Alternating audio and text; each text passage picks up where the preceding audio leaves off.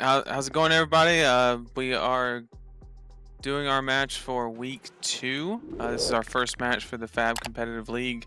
Currently, we have Sebastian going first on Chane, playing against Prism, which is Jacob Kissel, and he's a part of the kitchen table TCG team. I got with me Joshua Lau, of course, and we're going to be commentating this match. What's up, guys? So So it looks like a very simple turn from Seb. yep, Howl just setting it up. going to the bottom. Pitching all that blood debt, making the rune chant, put the better card in arsenal, and get the shackles going. So from my understanding, Josh, with the matchup with Chane into Prism, Chane's a pretty heavy favorite, correct? I would say so.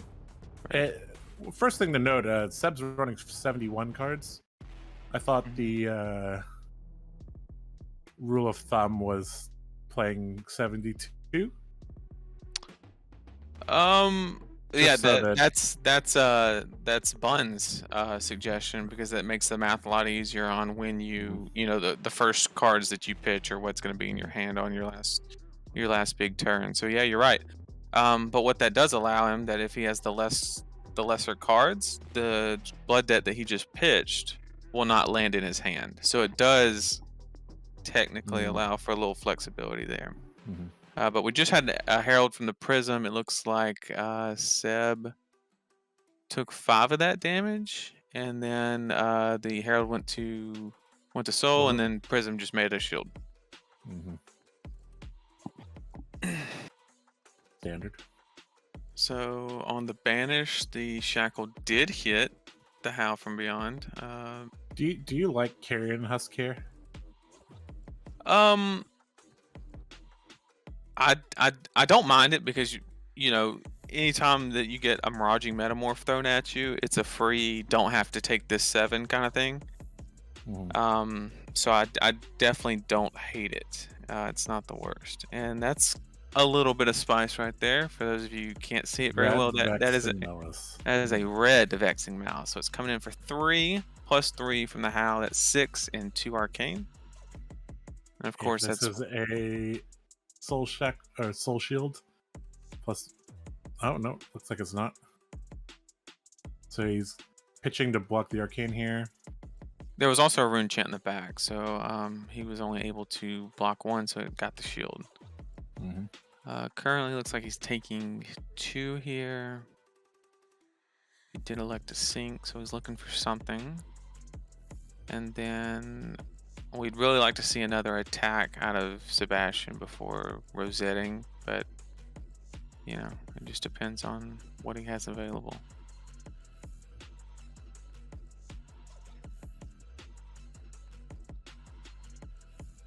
Alright, so he went straight into the Rosetta. This attack does not currently have go again, just coming in for a 2 and 2. 1 Arcane is prevented.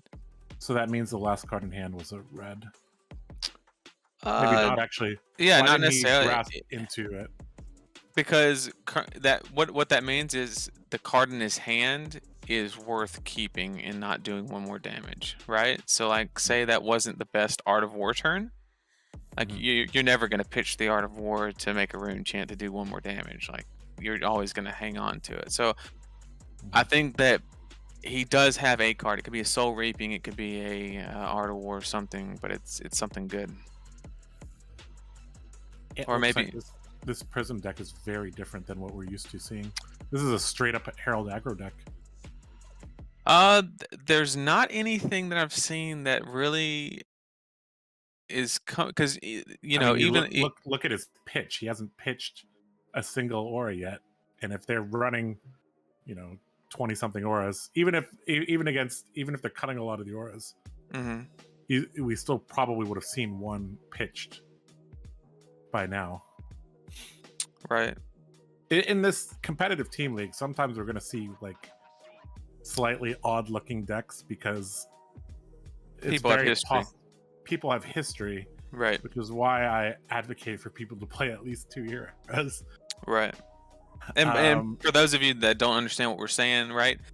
Within the competitive league, you could theoretically look at what the person played last week And so if the person was like, okay, let me look at what Seb's playing last week, and it was Chane, so he's probably just playing Chane today. Let me tailor my deck to go into a Chane. And that's what we mean by targeting or an off the wall deck. Yep. But I haven't seen, because see, there's an aura. Yeah. Like Yeah, I haven't seen anything that's not in a basic list. It is odd that we haven't seen a yellow aura or anything like that, but most of them have a package of about 6 or so heralds in the sideboard, usually like the red war tunes and like the yellow protections that they kind of sub in for some of the auras in a matchup like Chane. I did find it very interesting though that Seb went for the anti-fatigue. Maybe that's just a symptom of the finals match in Vegas, maybe.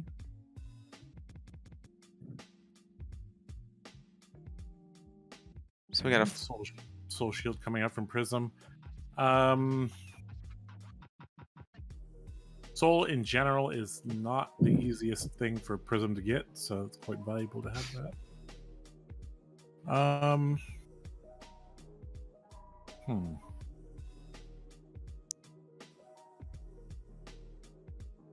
Okay. Like he's gonna take some, block some. Okay. Did he have any float for that? Oh no, he doesn't have to pay the second time. Right. Right. The shield. It's not like the shield. So currently Seb is a little bit behind on life because right now I'm fully expecting like just a herald and then a blue. Yeah. So if this doesn't get popped, I would not be surprised if a blue aura came out of Arsenal. Although typically it's a rule not to put those blue auras in Arsenal. But Seb just blew it up and that didn't even give him the opportunity. So that works too. Soul Reaping blocking. You think that's better than a 3 block plus armor? It could have been 3 block plus Skullcap there, right? Yeah, it depends on the hand. If he didn't have anything to banish with it, then I would have. If Soul Reaping, if there was no way I could get Soul Reaping in Arsenal, or it didn't make sense, because he has a soul, right? And only 1 soul at that, so it's kind of awkward to throw the Soul Reaping out without the confidence of the automatic go again. So it just depends. Yep, that's true. The Prism player only has 1 card in Soul. Yep, for those of you who don't know, the Soul Reaping has go again if the opponent has a card in Soul. However, with Prism, you have to worry about her instant speeding a shield out and then taking that go again away. So the rule is if she has 2 in Soul, you're guaranteed that go again. Yep. Or if you're picking on a Bolton. Yep, if Bolton has 1, you're guaranteed to be good. So. Yep. So we have a Shadow Puppetry into a Bounding, and that Bounding is from the Banish Zone. So we have 5 go again on hit. Look at the top card, may banish. And we have 2 cards in hand in Arsenal. So and he has not shackled.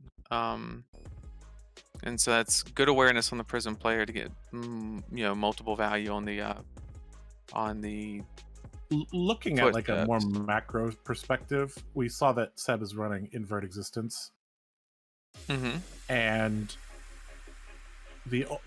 so obviously there's going to be a ton of attack action cards in the graveyard, but non-attack action cards are only going to be those blue auras, if I'm correct. That is correct. We may not. So far we've seen him just pitch the blue aura. I think the Prism player will try to avoid blocking with blue auras as much as possible. Right. It's very important. Not only is it like really bad value, but it also turns on the Invert Existences. So I'm kind of wondering why the Invert Existences are in there. Because I feel like that's maybe it's for ratios. I don't know. Right. So we do have the Rosetta Thorn coming in for 2 and 2 with go again because he did pre-shackle it. And hopefully 1 card in hand to finish out with an attack. I would normally say with 2 floating, a CNC is pretty good here, but the Prism player doesn't have an arsenal, so it's probably not super impactful, whatever it is. But anytime you can push a little bit more damage is good. So maybe we'll see one more attack.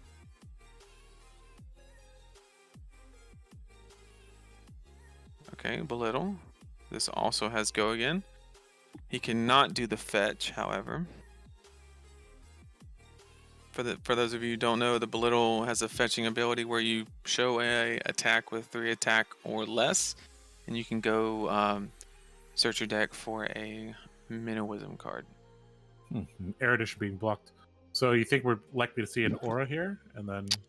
No, I just think Arsenal? that the erudition is very easily blocked because there's a bunch of armor on the table. So I think that me personally in this situation, I would much rather throw out a Herald of Protection for 6 than an erudition for 5. Because it's not just one card in the skull cap, which is still turned on after this turn. So in a war tune that costs, coming in for 7 is even better. So Sure. But we'll see. I mean, in Arsenal and in Aura is not a bad place to be. That's for sure. But if he plays the blue Aura, you now run the chance of... Yeah, so Herald of Judgment is definitely better than Erudition. That is a Yes, it fact. is. For those of you who don't know, when Herald of Judgment... If it hits. the opponent cannot play any cards out of their banish zone. For Chane, that is obviously bad for many reasons. So it's coming in for 6. So that's going to be 2 cards or inefficient blocking with the armor. Or he's got to give him the husk, but it's kind of early for that. Yep, it's too early for that.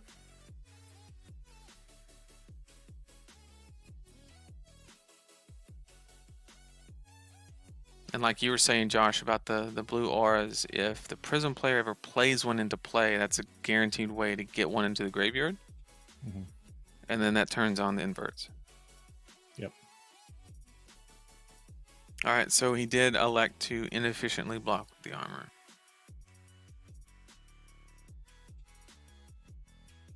And the importance of that play, or the fact that he's blocking with the armor.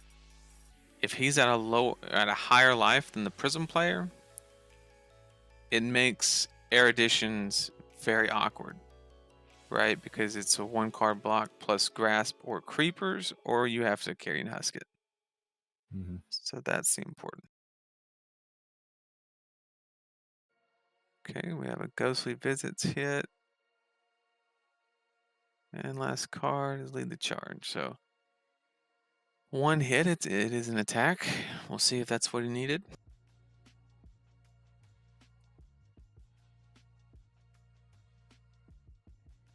Seb's down 2 life. Important though that the Prism player does not have an arsenal this turn, so that's important. He's about to go to Shackle 5. We'll see if he can get any damage here.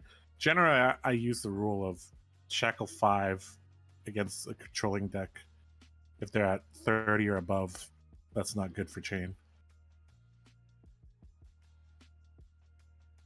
Yeah, I mean, maybe that's why he ran the 71 instead of the clean 60. Just kind of anticipating a longer game.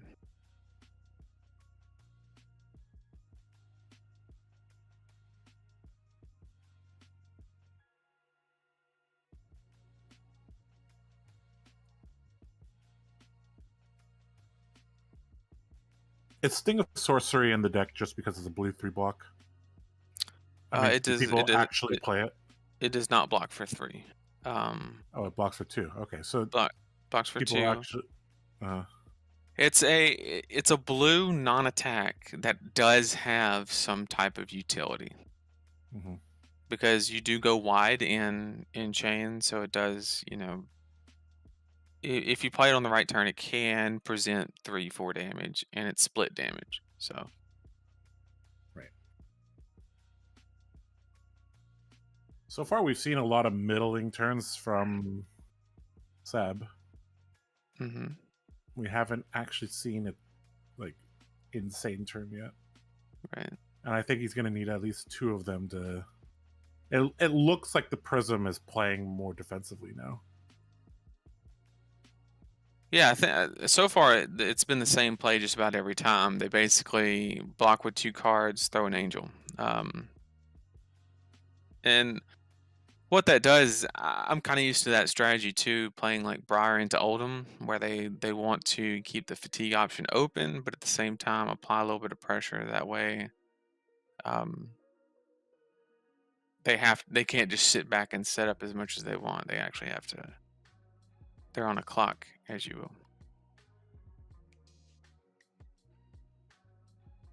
Okay, so we do have the first blue aura, so that's super important. That Seb takes that out and does not leave that on the board. 1, because it's a shimmers, and 2, because okay, so we got a bunch of boundings. Like I was saying, secondly, it also allows for those invert existences to be played. So 3 boundings is pretty good, especially if you have a lot of go again in your hand. We saw a time snap potion get pitched by Seb. Yep, that's pretty standard for the just to add a blue. I feel like you're gonna want to set that up sometime before the later shackles, because if your turn just gets shut down by ALS on shackle 7, that could just be devastating.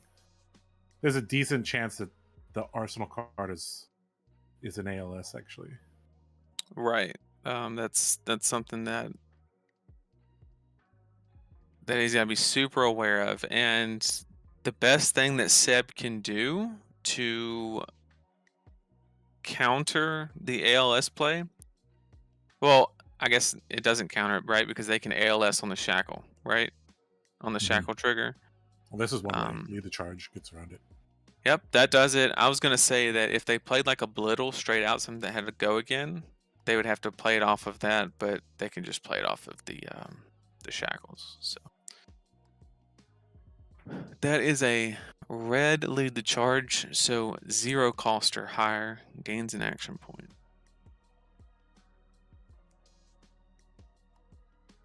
So what he can do is he can go ahead and shackle.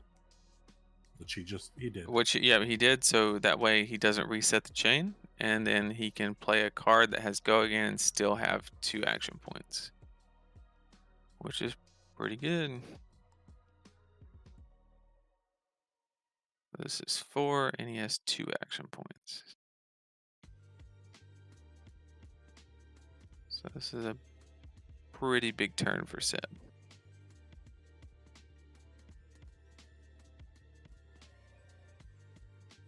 All right, Jacob seems to be taking 1. Now, do we see another bounding?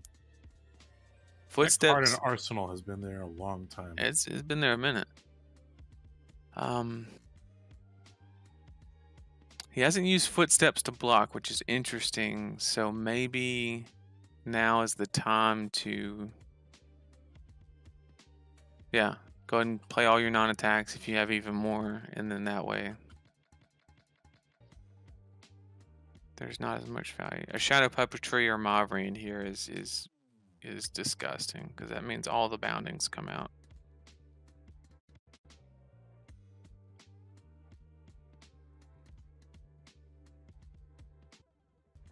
But he needs to play it now if he's going to, because okay, so there's the time snap.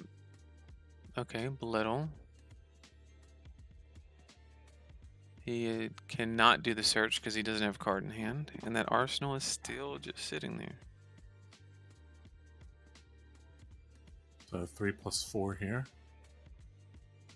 Yep, and then what we're gonna have is we're gonna have 1 more bounding, and I would expect the well, depend. Actually, what I would do is he has a yellow bounding, so I would go ahead and sword swing, and then into Prism, and then just play the bounding into the shimmer, because it's 1 less damage. Depends. how the Prism player blocks the arcane, right? Correct.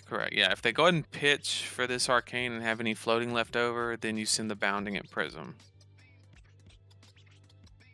Okay, so he's blocking 2 of it, taking 2. So he's leaving 1 for footsteps, taking another 2. Yep, down to 22. So he has none floating, so then the best play would be to send the yellow at the shimmers, which he is doing, and then Rosetta into Prism to maximize the damage. So it's a clean play. Yep. And now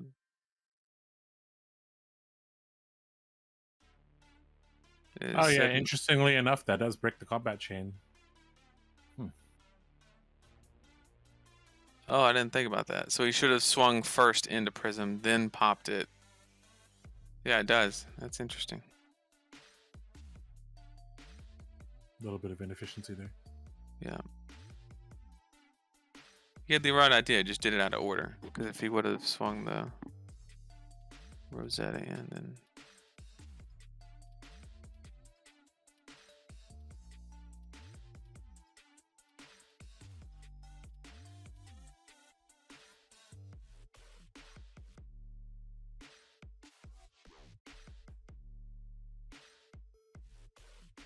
Is this a creepers into something from Arsenal into no. Bounding? What is he waiting on?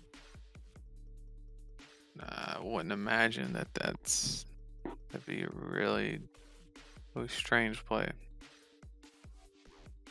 So we take 2 due to blood debt. Prism player has 2 cards in hand, 1 arsenal with a tunic on 3. So it's very scary if he does the War Tune Herald here, because that means he can literally throw both, even if one gets popped.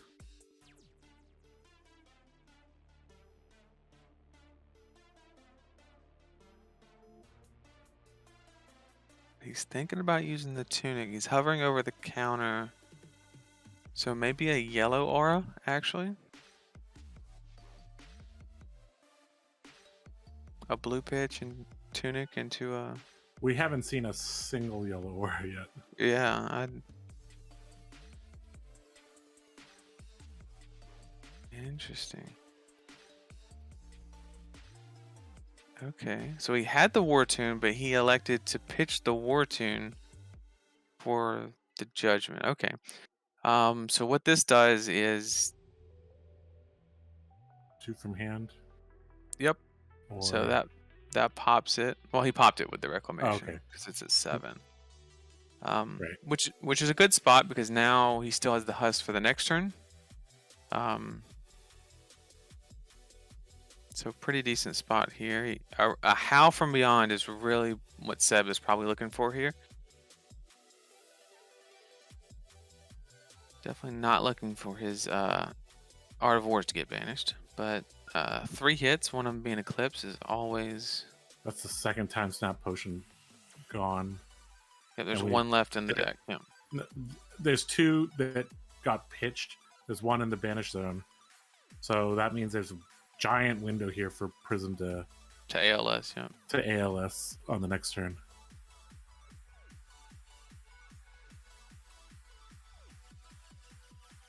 And a big decision point on Seb's end here is,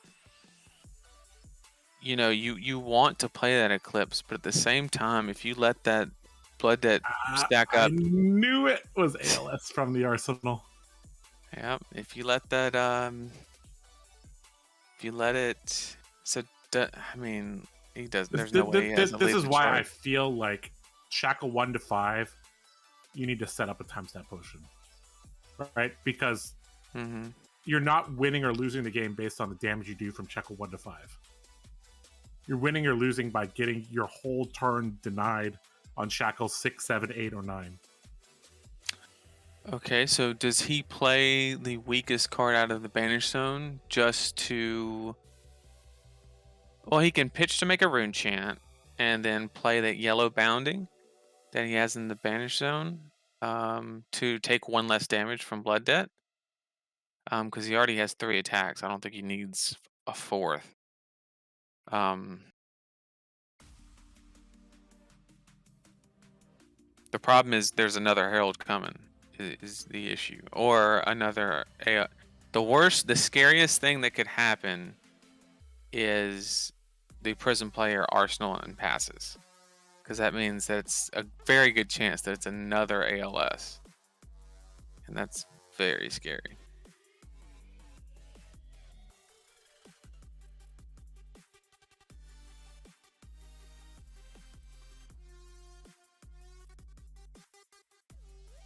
So best case for here for Seb is the Prism actually play. Okay, that's the worst of both That worlds. that's worse than both of us. I Yeah. was like, there could be something worse than that, actually. Yeah. So. Okay, so now the question is that another ALS that got Arsenal? And if it is, that's. There's a decent chance there is, because Oh yeah, he we haven't didn't see seen it. one the first first good portion of the. There's the last Art of War, so he ended up banishing all the Art of Wars. He's got a whole bunch of blood debt, 7 in total. I really think, like, on turn 3 or 4, he should have played the time step potion instead of pitching it. Yeah, because if there's an ALS here, which You're taking a giant risk here, basically. well, there is an ALS here, right? Or they would have played it on the Shackle reveal, right? No, Or am I missing something? no. You definitely would want them to play Shadow Puppetry or Mauvrin and then do it, right? Because you get Get rid of the go Shadow again. Puppetry and Mauvrin are like premium cards in there, or Captain's Call or whatever. Or you could do it in response to Shackle. Like, they have to. They're never gonna play an attack directly, right? Well, Belittle is the only. Yeah. Yeah. Belittle they will play. All right, so he would do it here if he had it. Oh no, he still wouldn't do it. He's waiting for a go again. Yes. Okay.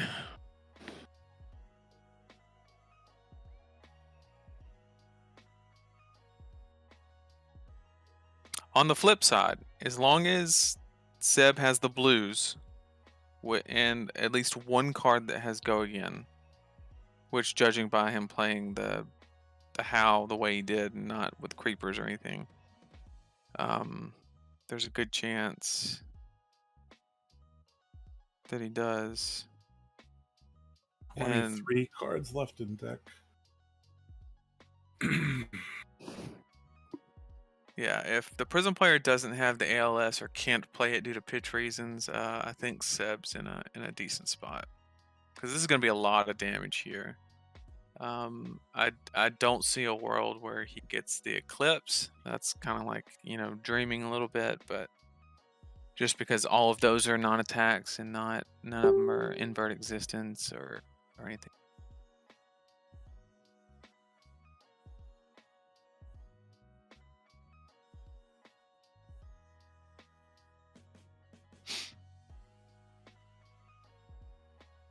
So we're waiting for some source of go again, and then that's when we'll see. I mean, technically he can go without go again, right? Because you have Spellbound. But then you need arcane damage, right? Oh no, that checks at the end. Never mind. Yeah, it checks at the end. So actually, I mean, that's actually pretty decent, because you jam the attack down, you go around, then you shackle, and it prevents, that kind of like. If they ever give Runeblade some attack reaction that gives go again, that will be the glint the Shadow Silver or something. That will be the that will be the day. All right. So Prism signed off on the go again shackle, so therefore that confirms that there will be no ALS this turn. Yep. Pretty chunky attack here coming. Yeah, coming in for 7. He put that other Howl on the bottom. This has go again. The only thing is Seb really needs some version of go again, which if he could play a blue captain's call with creepers here, that is huge because that'll be worth 3 attacks. So if he could do that, or flash in a mauve, or just anything. Okay, the fact that this got blocked for 3 and not 6 makes me very, very suspicious of what the Prism player has. I mean, does that mean that they have cards that don't block, or are they worried about on-hit effects like CNC?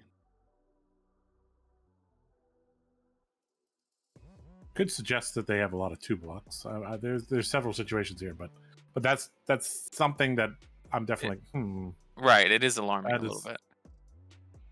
maybe not necessarily alarming, but it's like something you definitely need to take note of, because that was not a logical block there.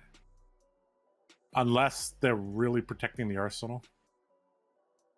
Yeah, because that guarantees that there's no soul shield, right? Because you definitely would have played it there, because that's full value, and you're not saving it in case there's a CNC.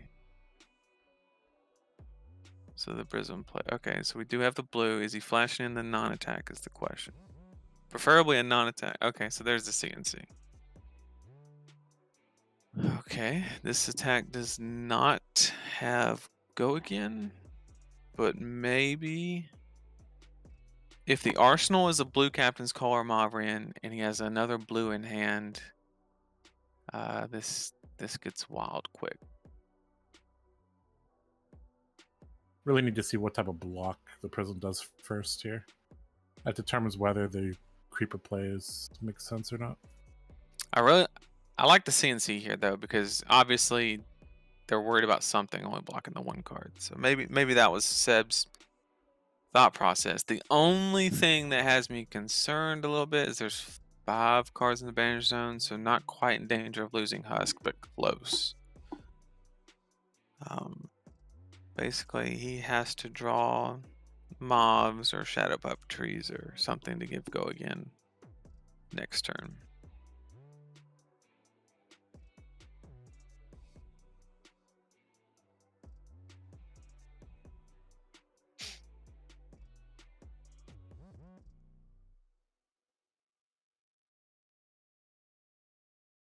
Prism's tanking a little bit here, so maybe it's a tough spot.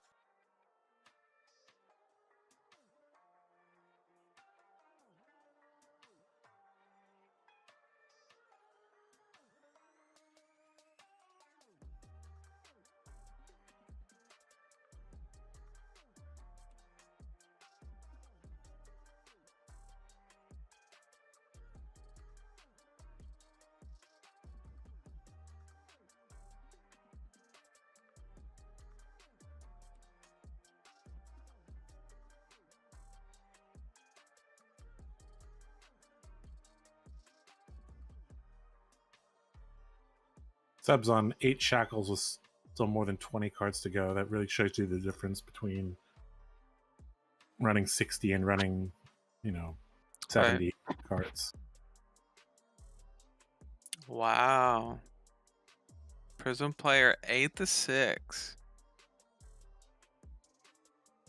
Okay. So This suggests to me that his hand doesn't block.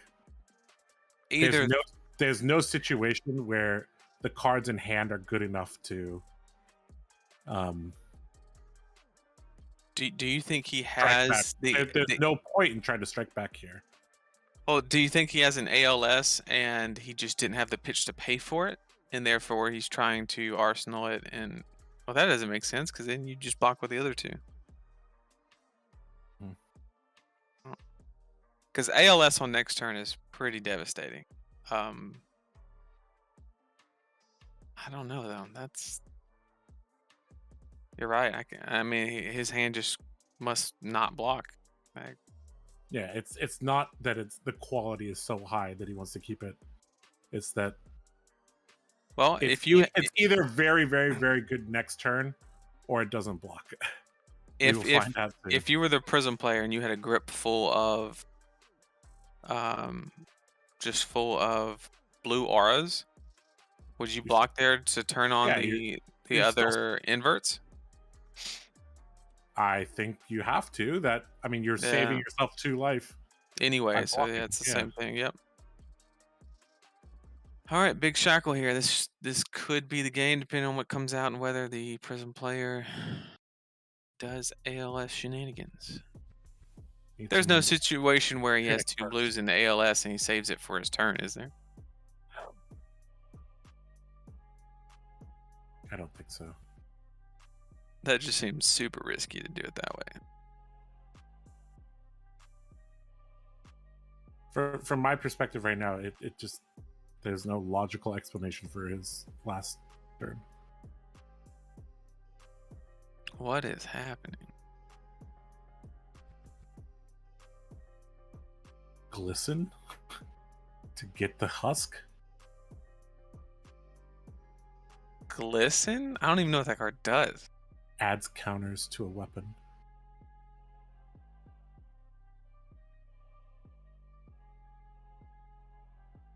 Okay. Not. Wow. Okay. Huh. So cards don't block. Okay. Yeah. Well, if those cards don't block, why don't you just pitch them to the footsteps? Yeah. I guess all those attacks were the 2 attacks last turn were strong enough, but still, it's better to get those cards out than to keep your footsteps. That has to be it. He has 2 cards that don't block, and he wanted to save his footsteps, which I don't really see the point in saving them now. So that's really good from Seb's side. I know it looks like he missed, right? But he already has a nut collection, as we like to say. Well, not only that, but if you looked at what got banished, it was a bunch of like attacks, right? Which is not what he's short on. So there's a good chance that he has a grip full of non-attacks, which is exactly what he wants. Mm-hmm. So as long as he doesn't get ALS'd here, this might do it.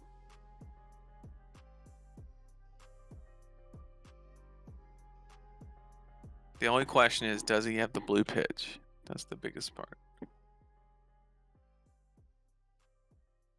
Is that still that same arsenal that's been there the whole game? Did he ever play it? Yeah. No, he I think it is. I have been playing this game as if I was Seb, looking at and analyzing the Prism players' actions. I think Seb's arsenal's been there like. You think he's had a blue lead the charge down there the whole time? And that's his time snap? Could be. Because if he does set it up that way, then the second that's actually very, very smart. Yeah. Yeah. If the Prism player ever. The Prism player. Okay, so. So he's openly admitting I'm creepering here, basically, because. Okay, so that is one of the cards he held from last turn. Oh, you were looking at the position? Yes. Okay. And the far left one is also one that he held. I mean, I would have just thrown it out there to block. Guess he's worried about invert, but you're right. If you just take the damage, it blocks for 2 anyway. And there's still a target for 1 invert. And if he really wants to get the second invert off, he can just kill the shimmers. Exactly. But playing the ghostly visits first basically just says, yep, we're gonna creepers here. Unless Seb just has a doo-doo hand. I mean, that he did pitch a red, that's a bad sign. But it's a blood debt card, so it doesn't necessarily mean he blocked with a red last turn. Yeah, if he was with really desperate on pitch, he would have just taken 2, right? Or taken 1, maybe, or thrown the husk in front of it or something. Yeah, I'm not sure.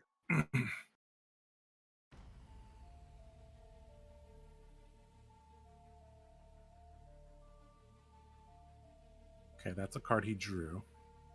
So full block. Yeah, Prism just has to come to terms that he's never playing another angel. Okay, so he's still not safe from the ALS. But he does need to go ahead and creepers here if he has a blue and not. It's really awkward if it just ends here, though, isn't it? I don't think it'll end this turn.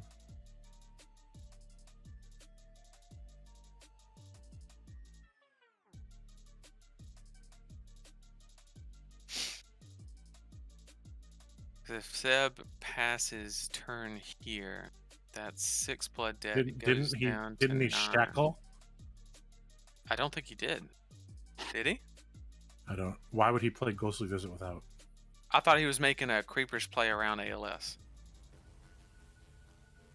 I thought we thought that the arsenal card for Chane is lead the charge. I mean, it could be. We don't know, but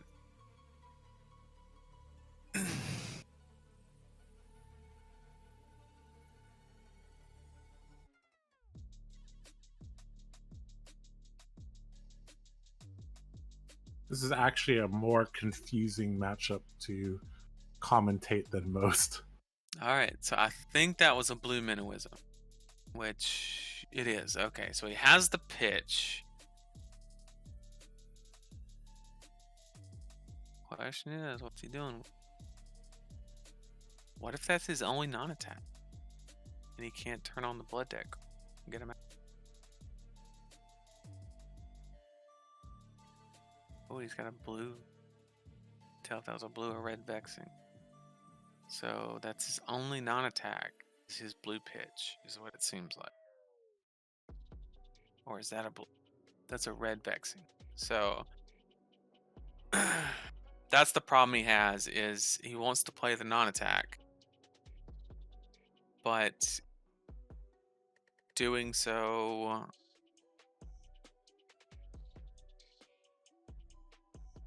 I mean, I don't hate this, because what it does is it presents 5 damage split. What it also does is, I mean, we could see Skullcap AB blocking at this point. All right. well, what I think what Seb's kind of planning for is if the Prism player does have an angel that he's trying to throw at him or something, he has Husk. So he's safe there, and he's going to lose the Husk next turn anyway. So he did just block 1. He's leaving 1 floating, which means that's a card he drew. Okay. So the last card in his hand is one that was there the turn before, right? Yes. That's interesting. It's probably another blue aura, and he's just trying to deny the inverts. But I mean, it's interesting. We already discussed why that doesn't make sense. Yeah, I think the only argument for it is it denies the potential for Eclipse, but I don't think you lose to Eclipse here. You lose to a real good turn, right? And by not playing, so he's probably just going to Husk this, if I had to guess what I would do. He has to. Yeah. Oh no, Seth. Husk out of there. Those are not the armor pieces you're looking for.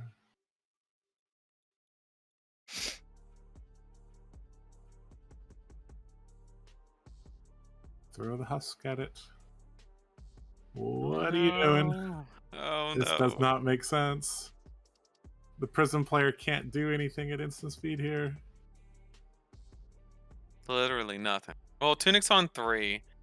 So a flash in on a... No, there's nothing. There's nothing that could have happened there. And he knew about the Husk. What? Because he like instantly just... Interesting. Okay. Well, we'll see if the 2 life matters, because that's what 3 life, because he'd still have the block on the. Okay. So at this point, we can say that Prism basically has ALS right now.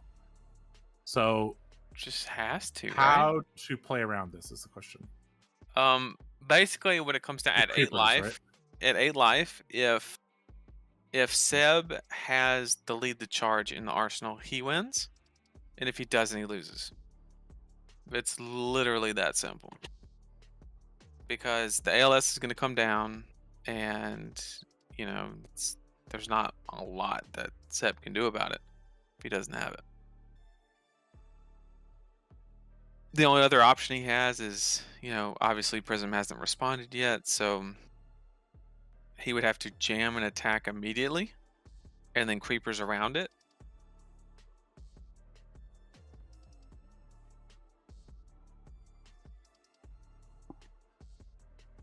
Well, we're coming to a conclusion now. Yeah, I think this is. I mean, there's what 1, 2, 3, 4, 5, 6, 7, 8, 9, 10, 11 cards in the banish zone. So this is the Eclipse turn. His Eclipse is still stuck in his banish zone. He did not put it to the side. So that is something that he should be aware of it, so it's fine. I don't think Eclipse even matters here, because I think just somebody's dying this turn. Doesn't matter who.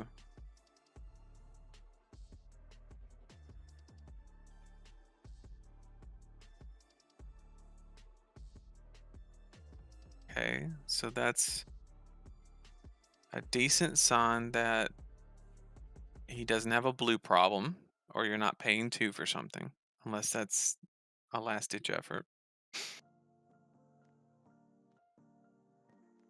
And we have no ALS. Seb being... You know what? This actually might have been a genius play from Seb. Getting his life lower than Prism's. Because he can invert before damage. And then they can't be blocked by Skullcap. That's true. You think that was the play with the Husk? I don't know. It seems like... Well, there's only one target in the graveyard, if I'm not mistaken. It's one of those things, like, if Josh doesn't use his Braveforge Bracers, there's a reason for it, right? Right. It's not like I forgot that Braveforge Bracers exist. There's no way Seb forgot that Husk was... Okay, right. Minnowism. All right. That was there for a long time. And that's a red one. Okay. So this is a big attack. This is going to come in for +6 on a red bounding. That is coming in for 10. Very chunky attack here. Whether it's... Okay, that's yellow, so it's coming in for 9. And it has go again, I'm assuming, from the shackle, right? Did he shackle? I'm not entirely sure. I'm entirely sure. That's why I like if people would... So, wait a second. The card he was holding the whole time was a blue Herald of Triumph. What? I don't know what to tell you. Maybe he was keeping it because it was a block card? That doesn't make sense. I don't know. I have no idea. It's beyond me. All I know is that ALS is not a thing now, and that should just be game. Chane should take it from here. Here comes the creepers. If it's a blue captain's call, oh, that's even better. Shadow puppetry. So that's disgusting. That's two Shadow more. puppetry with the boots is like right. So now he's exactly where you want to be. Yep. So that's 2 action points. The next one's pumped even more. Seb just really needs 1 more blue. 1 more blue, he can get those inverts out and just double check and make sure that really he wants to play the 2 rift binds and the 2 inverts. That's the goal. And there's the other blue, so that should do it. So this has go again, so he still has 2 action points, which is ridiculous. And this is coming in for 3 plus 1's 4, that's 7. Coming in for 7. floating 2 action points. So we're gonna probably see another Rift Bond for 6, and then just probably a double invert into a bounding is what I'd maybe, unless he's got something even more spicy.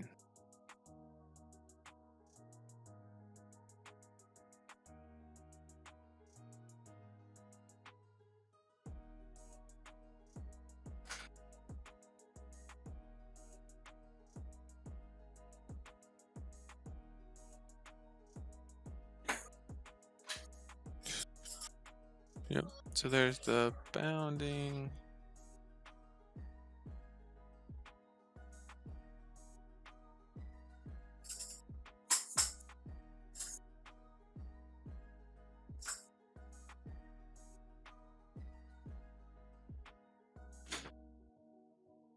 All right, we floated the tunic counter, blocked the boots. Currently taking 2 here. That would put him at 2, which makes... Which double invert now just kills him, right? Yeah, you just double invert and then you just pitch the card in your hand to Rift Bond for 6 is what happens. Well, actually, he can't double invert because... Yes, why not? There's not 2 targets. There's only 1 blue aura in the graveyard. It's up to. Yeah, but you have to do 1 of each for each. So one of them doesn't do any damage. Okay. But either way, it's still, that's 2 damage plus the 6 from Rift Bond still gets there. So that is it. Seb took that one down pretty close to the end. Fortunate that he didn't run in. Didn't run into any ALS. Didn't run into. Ran into one. No Art of War turn there either. So all's fair, you could say. Yep. I mean, at least both players, had their own misfortunes for sure. But hopefully we can get 7 here to talk about it, because I'd love to know about that carrying Husk play. That would be. Oh, he's trying to figure out whether ALS is. Okay, there it is. He was 3 hands away from the next one. So that's super unfortunate for the Prism player that it took so long to get the ALS. This deck is definitely more Herald tuned though. There's no way that you can play this amount of Heralds in the 27 aura list. So, but that makes sense that lists would be slightly tuned. So, yep. See if we can get him on. Chat a bit.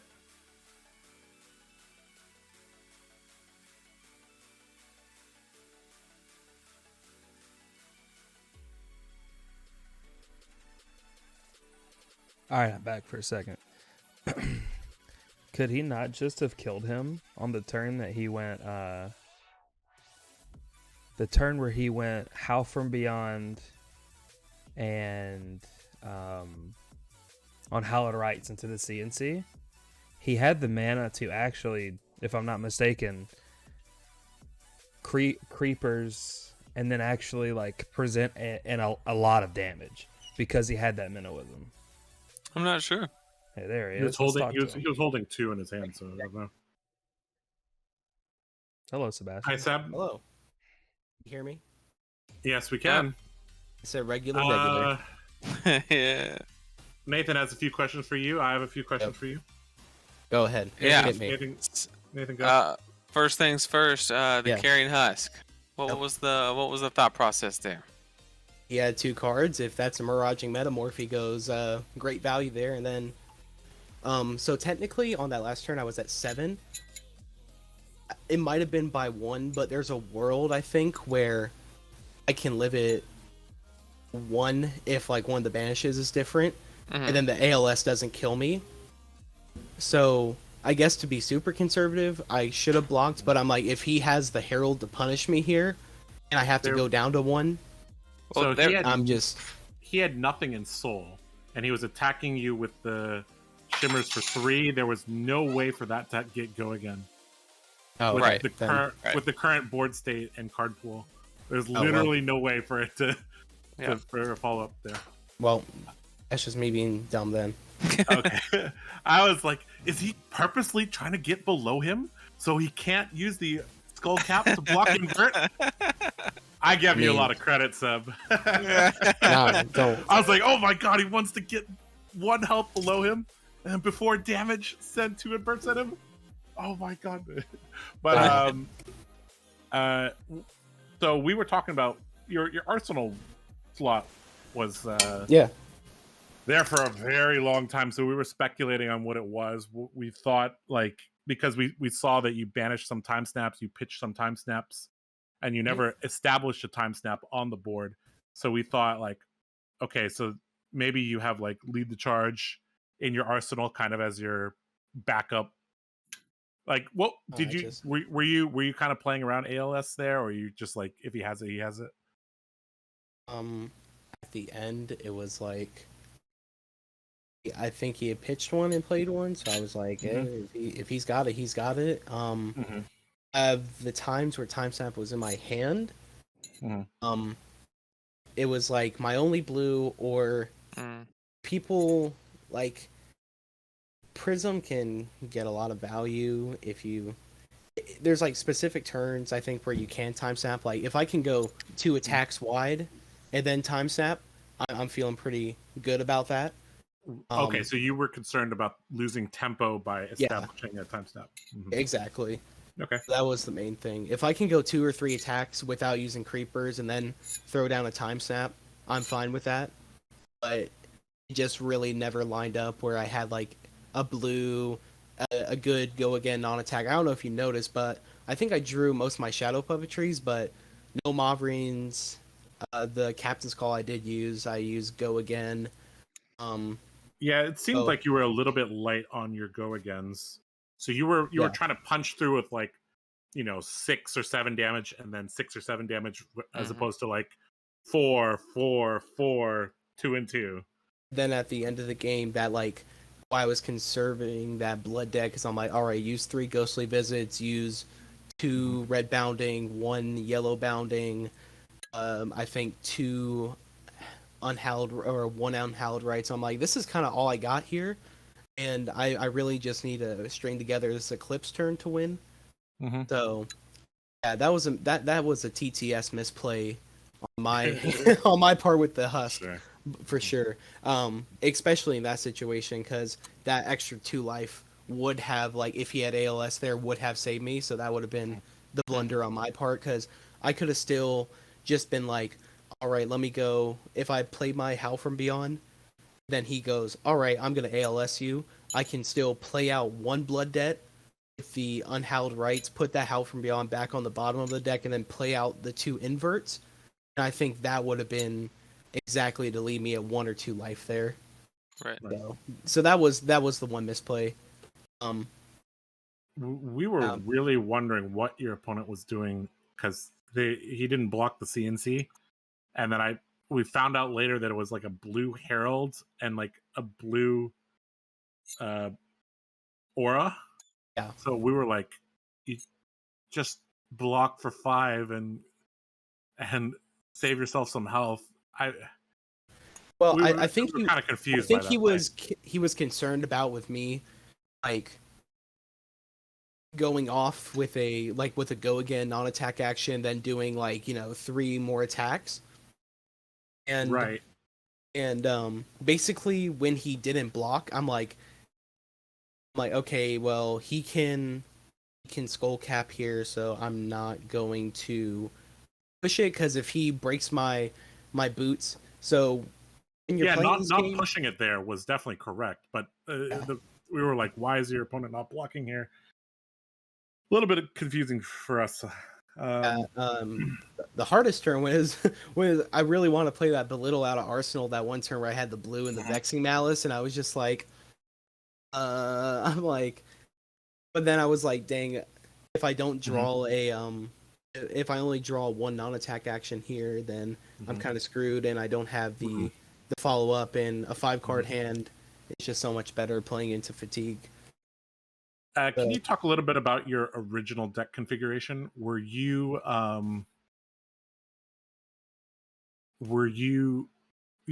we took a look at your deck count. It was like 70 or 70, Yeah, so 71. 71. And then is there a particular reason you like that configuration against Prism? The reason it's 71 is because I'm playing the 3 unmovable and then the 1 null rune. That's why. Okay, so you can't get to 72. That the unmovable Starvo is like really hurting the. That's why I ended up cutting the AB3 for the 2 lead the charge. I didn't even know this guy was on Prism or anything. This is just a decision I made with the deck. Right. Updated list, because I'm like, chances of me seeing Kano low, chances of me seeing Prism or a Fatigue Starvo probably way higher nowadays.